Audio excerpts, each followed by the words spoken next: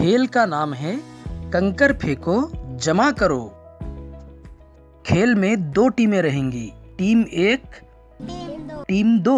खेल में एक शर्त है, शर्त यह है कि कंकर अगर बाहर चला जाए या कंकर लाइन पर हो तो नहीं मानेंगे। तो हम लोग खेल शुरू करेंगे। नितिन फेंको। अच्छा, 3 कंकर जब 5 में गिर गए तो क्या करेंगे हम लोग? तो कैसे जमा करेंगे इसे? 3 कंकर 5 में गिरे हैं तो सर जी 3 बार 5 को लिखेंगे, तब जोड़ेंगे सर जी 15 आएगा। शाबाश, इनके लिए तालियां बजाएं। अच्छा, टीम 2 से कौन पत्थर फेंकेगा? वाह, अंकुश जमा कीजिए। 5 है। हाँ, ये भी 5 है, ये 4 है।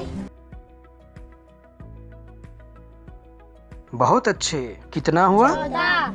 इन्होंने सही किया। जी सर। अब टीम किसकी जीती? हमारी। अरे वाह,